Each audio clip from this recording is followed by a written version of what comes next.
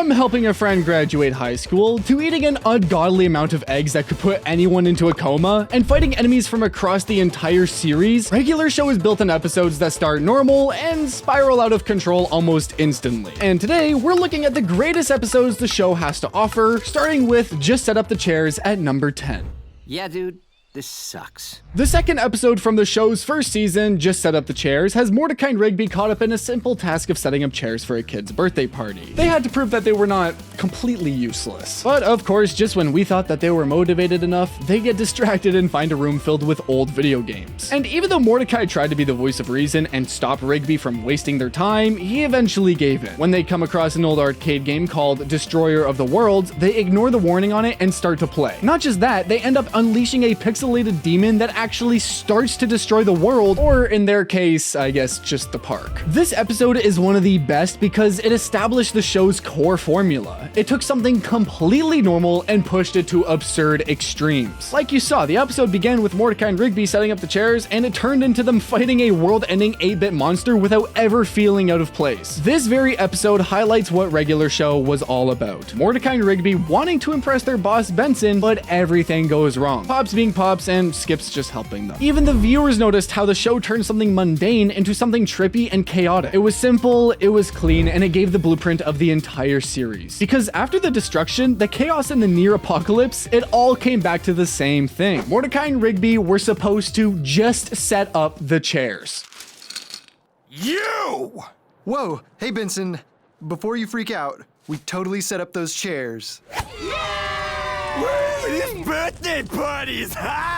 The episode also had an IMDb rating of 8.6. And if Just Set Up the Chairs is the perfect introduction to Regular Show, this next episode pays homage to a classic and builds its entire story around it. Episode 3 from season 7, named The Lunch Club, has Mr. Mallard hosting an important brunch. Everything so far is perfect, including a huge $1 million cake. But suddenly, a sleepy Rigby arrives on a lawnmower and crashes straight into the setup and ends up destroying it. That, of course, changes the situation immediately, because instead of fixing the damage, Mr. Mallard gives them an ultimatum. Either Rigby or Benson will write a resignation letter, or both of them lose their jobs. Now, the problem is not the destroyed lunch anymore. It's deciding who will take the responsibility for ruining it. Rigby and Benson are left alone in the office with the task of writing that resignation letter, but they stall. Benson blames Rigby for destroying the dessert, while Rigby blames Benson for mismanaging him. The situation turns into a back and forth argument about responsibility, while the deadline keeps on inching closer. Now, what makes this episode stand apart is how nothing escalates outwards. The pressure comes from the setup itself. It doesn't follow the usual formula. Maybe it's because it's Benson and not Mordecai with Rigby this time, but that's just my take. What do you guys think? It shows how different dynamics will lead an episode on a completely different path. For example, like if it were Mordecai instead of Benson, the office would have been wrecked by the time Mordecai came for the resignation letter. But this time, the episode stays grounded, focusing only on the conflict between Benson and Rigby and the consequences of one mistake. And that's why it stands out with an IMDb rating of 8.6 as well. It also had viewers praising it for being the perfect mix of nostalgia and humor. But not every single episode deals with consequences this directly. Sometimes the problem is much smaller and somehow even harder to escape, like the next episode on our list, This Is My Jam, at number 8. Episode 13 from season 2, This Is My Jam, starts with Mordecai and Rigby cleaning gutters. They're having their usual banter, arguing about the gloves and whatnot when they find an old cassette tape. Out of curiosity, of course they play it, and it turns out to be a song Rigby loves and Mordecai absolutely hates. Summertime loving in the summertime. Now, at first, it's just a distraction, but as the day goes by, the song gets stuck in Rigby's head, and much to Mordecai's dismay, he keeps on singing it without realizing. Mordecai tries everything to get the song out of Rigby's head, from playing other bands to making noises, and even forcing Rigby to listen to Summertime Loving repeatedly, hoping that it will go away. But of course, none of that works. The more they try to fix it, the worse it gets. It's not working. The stupid song's still stuck in my head. Just when Rigby thinks the song is finally out of his head, the situation has actually gotten worse. What started as an earworm becomes a physical entity in the real world, affecting everyone in the park. The plot goes from getting the song out of Rigby's head to getting rid of the song entirely. In the end, the park crew comes together to create an even catchier song. Mordecai plays the guitar, Rigby gets the tambourine, Skips plays the bass, Pops is on the keyboard with Muscle Man, and High Five Ghost plays the trumpet. Their song Aw Snap begins to overpower Summertime Loving because of its catchier tune. And when Benson finally joins in to show his talent on the drums, Summertime Loving blows up because Aw Snap is way stronger. This Is My Jam has a solid 9 rating on IMDb, and the viewers call it a great musical episode. Up until now, we've seen a video game demon, a destroyed dessert, and a song come to life. And guys, we're not even halfway through our list. Regular Show can take completely different ideas, technology, everyday accidents, even something as simple as music, and stretch it into something much bigger than it should have been. And it only gets bigger from here, with secret agents, a giant robo monster bird, and an eating challenge that goes way too far.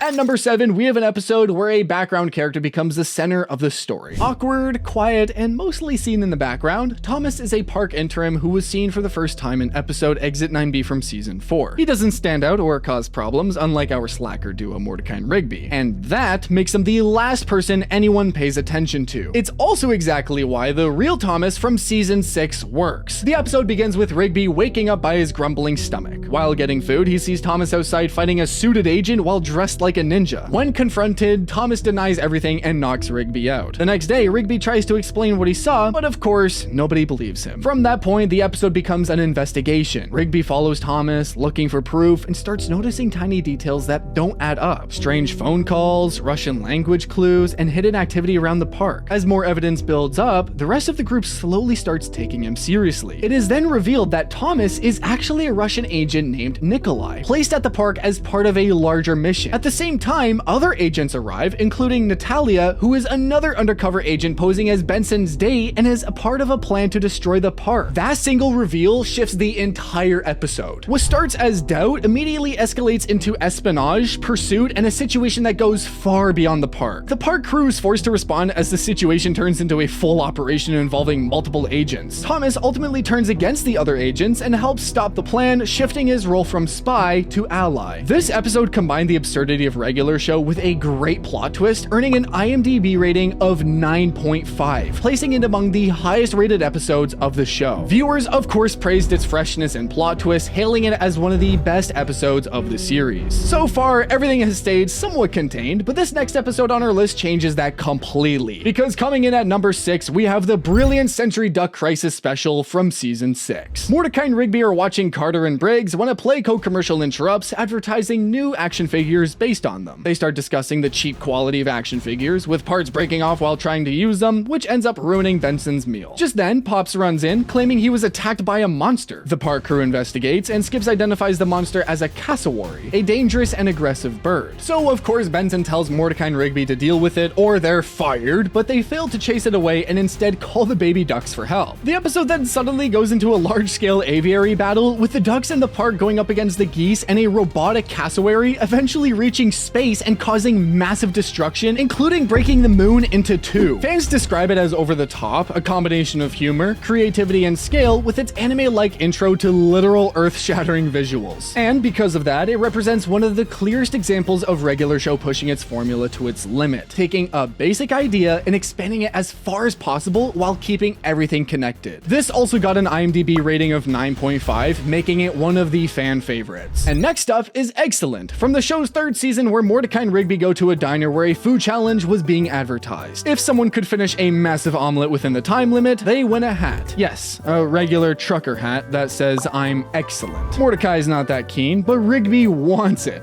to the point of ending up in a coma, because apparently Rigby was allergic to eggs and he had eaten so much so quickly that there was a chance that he could have died while being in a coma. And after seeing his best friend's condition, Mordecai knows that he has to step up his game. Mordecai shows his bond with Rigby and decides to complete the challenge in his place. With encouragement from the park crew, Mordecai pushes through and completes the challenge within the time limit, earning the Eggscellent hat for Rigby. Eggscellent holds a slightly higher 9.6 rating on IMDb, with viewers raving about it, calling it one of the best episodes as it is surreal and insane, but still teaches an important lesson about friendship. We're now moving toward the end of our countdown, with episodes with an origin story, a full-scale war with every villain, and a finale that brings everything to an end. But first, at number 4, we have an episode where a graduation was years in the making. Rigby's graduation day special from season 7 has Rigby preparing for his high school graduation after returning to complete it. He is selected to give a speech on Inspire America, but struggles to come up with something meaningful. And although it is a big deal for Rigby, Mordecai, his best friend, seems to be avoiding him. As the ceremony begins, Rigby makes a phenomenal entry by jumping on the stage from Margaret's dad's helicopter. But he still gets stage fright. He panics and almost gives up on the speech entirely. But Mordecai comes in with a coffee often to help Rigby overcome his stage fright. He also admits that part of the reason he was frustrated is because he was used to doing better than Rigby and didn't handle it well when that changed. He tells Rigby that graduating is something he's actually earned. That gives Rigby an idea for his speech. When he goes back on stage, Rigby drops the act and speaks honestly. He says he's not good at a lot of things and that he originally went back to high school to impress Eileen. He didn't take it seriously at first, but finishing it made him realize something. Once you do something difficult, it doesn't feel as impossible anymore. He ends his speech by saying he did it for himself.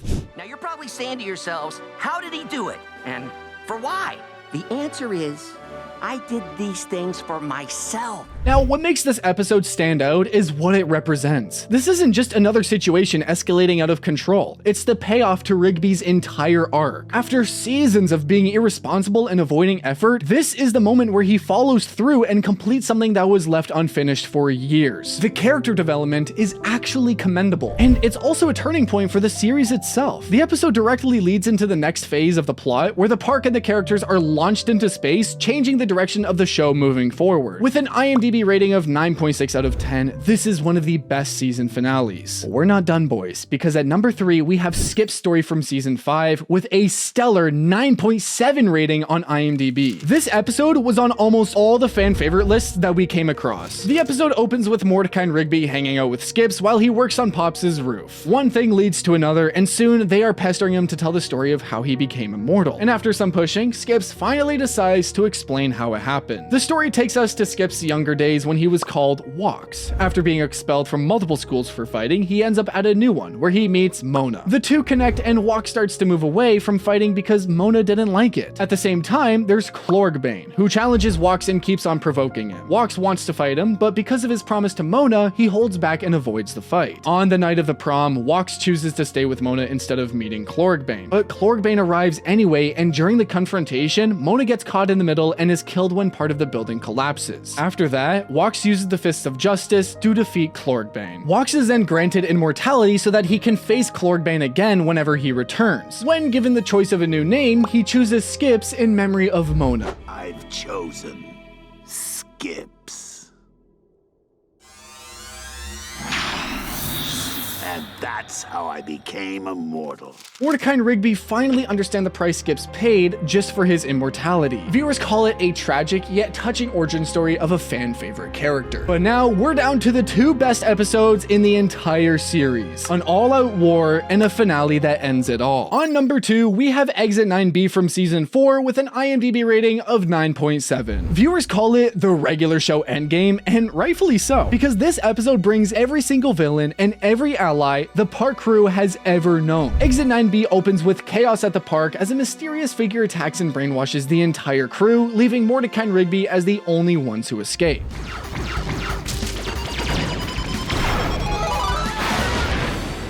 2 months later, when the Slacker duo returns, they find the park destroyed to make place for a freeway called Exit 9B. The rest of the staff have been brainwashed, and although Mordecai and Rigby have a document that can stop the construction, it needs to be signed by every park employee. They track everyone down one by one, restoring their memories and getting their signatures. Skips, Pops, Muscleman, and High Five Ghost all return, but Benson is still working under the control of the main antagonist. The situation escalates to an extreme when the villain is revealed to be Garrett Bobby Ferguson Jr., who is using the freeway as part of a revenge plan. He brings back villains from the past episodes, including his father, Garrett Bobby Ferguson. But then Skips also summons his allies like Gary, Death, Tecmo, the god of basketball, and Guardians of Eternal Youth. Though they are outnumbered, an intense battle takes place between them and GBF's force. During the fight, Mordecai and Rigby manage to restore Benson's memory, and with his help, they secure the final signatures. At the last moment, Thomas, who appeared to be brainwashed till then, smacks GBF with coffee and manages to sign the document. This stops the freeway project and restores the park, while the villains are ultimately defeated. Exit 9B was a classic episode with an epic showdown of good versus evil, with viewers calling it the best episode of all time. But at last, we have the greatest, most loved episode of regular show. Now, there might be some mixed reactions, but a solid, consistent 9.9 rating on IMDb shows that there's a reason it's number 1. The episode begins with the park crew arriving in Lollyland and learning about the origin of Pops and Anti-Pops. They meet the residents there, there, including Frivola Cranus, Quadrivi Cranus, and Weird Mushroom Guy, who explain what's really going on. Pops and Anti-Pops aren't just opposites, they're part of a cycle. Their real names are Mega Cranus and Malum Cranus, and this battle has happened before. The crew sees tapestries of past timelines where the same fight keeps repeating. Every single time, it ends the same way. The universe resets and everything starts over. Mordecai tries to break that pattern by capturing Anti-Pops, so instead of rushing in, they set up traps for Anti-Pops, hoping to finally win the fight differently this time. But when Anti-Pops arrives, he ignores the setup, the traps don't work, and the fight starts anyway. Pops tries to reason with him, but Anti-Pops is not interested. So Pops challenges him, the first one to land a punch decides the outcome. And he actually lands the hit, but Anti-Pops breaks the agreement and continues fighting, showing that the cycle isn't going to end that easily. While all that's happening, the rest of the crew is dealing with Anti-Pops' forces. It turns into a full-scale fight, bringing back multiple elements from across the series. The group teams up with allies like the Baby Ducks, and in typical regular show fashion, things escalate into a large, chaotic battle involving transformation, ships, and multiple opponents at once. Now, just when they manage to take down the main threat on their side, Anti-Pops transforms into a larger form and begins erasing everything. So one by one, characters start disappearing as the situation reaches its peak. And that's when Pops makes a decision. Instead of continuing the cycle, he sacrifices himself by flying into the sun with Anti-Pops. In that moment, the conflict finally stops, not by winning the fight, but by ending it completely. After that, everything resets. But this time, it was different. The damage is undone, characters return, and time moves forward. 25 years later, the show gives closure to each character, showing us where they end up. It's kind of bittersweet, and as the screen fades, we hear Pop's voice exclaiming, "Jolly good show," because that was actually a jolly good show and an epic end to an epic series.